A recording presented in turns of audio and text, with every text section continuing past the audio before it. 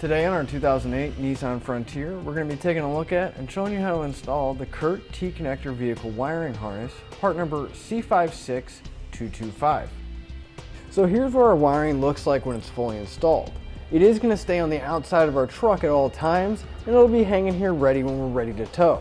It's going to give us a 4-pole flat, and it's going to provide us all the required lights to go down the road, such as our tail lights, brake lights, and turn signals. Now this harness is a 2-piece system. This section of our harness is going to attach to the back of our frame rail, while the other section is going to be attaching to the inside of our cab to some existing wiring. Now let's go show you how we get it installed. To begin our installation, we're going to come to the rear of our vehicle and come real close to our spare tire on the inside of the frame on the driver's side. We're going to have 2 connectors here on the inside of our frame rail. Now we're going to want to find the 6-pin connector right here. Now it's going to have a cover on it, and there's going to be a small tab right here. And if we push in on that tab, it should release the cover. We can pull the cover off and expose the pins on the inside. Now we can grab our harness, and this is going to be the section that's got the 4-pole on the end of it. Now before we connect this, I'm going to put a little bit of dielectric grease into my connector, and that's going to help keep out some of the moisture and help with any corrosion that might be building up. So we're going to go ahead and plug it in and make sure it locks into place. Now for right now, I'm going to leave my harness sitting here because we're going to need to go to the inside of the cab on the passenger side. Now we're going to need to remove this threshold panel here so then we can gain access to the kick panel back here. So I'm just going to slightly start pulling away on the panel to pop it loose, and we can go ahead and set it aside. Now in order to remove our kick panel, we're going to have a fastener right here, and ours is a little loose, but we're going to go ahead and unthread it by turning it to the left. Now if yours isn't that loose, you can take a flathead screwdriver and put it in the slot in the center. So we can take our panel and just kind of twist and pull away, and the clip right here at the top and bottom should pop out. Now behind here we're going to have a lot of wiring harnesses and connectors. Now we're going to be looking for the 12-pin connector that's going to go inside this end of our harness. Now most of the time, if you reach back where most of your wires are, it'll be right there, right here, behind a lot of the other harnesses. Now before we connect this, we're going to take the relays that they provided in our kit. We're going to have 2 blue ones and 1 rather large brown one.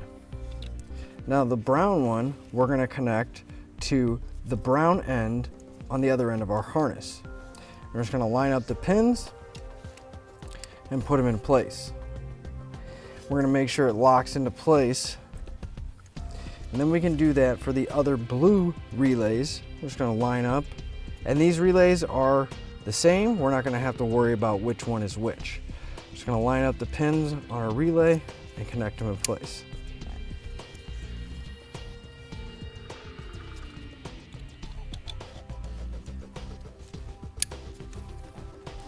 And with our relays in place, we can go ahead and find our connector, and we can plug it in. We can take our harness and all the relays, and we're going to actually tuck all of this behind everything else, and this is going to stay behind the panel that we just removed. And if you need to, the kit does provide you with some zip ties so you can tie your harness up, but I think we'll be able to tuck everything in nicely, and it'll be hidden behind the panel to where we won't need it. Let's line up the tabs on our panel here. Pop it back in place and replace the fastener. And then we can line up the tabs on our kick panel here.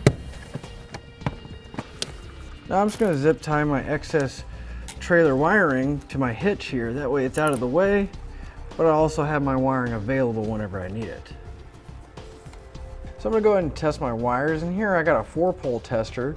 Now if you don't have one of these, you can pick one of these up on our website using part number I26. I'll plug it in, and now I'm going to grab an extra set of hands so they can start running our lights and we can make sure that it's working properly. Okay, can you turn on the headlights please?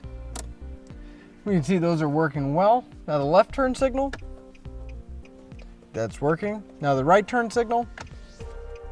Okay. Now finally the brakes.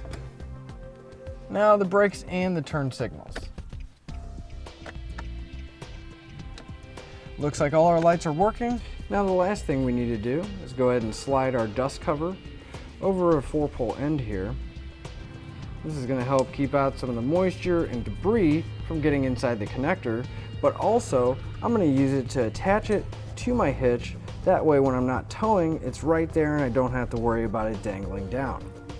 And then I'll finish up our look at the Curt T-connector vehicle wiring harness, part number c56225 on our 2008 Nissan Frontier. Click the link below to shop, learn more, or visit us at etrailer.com.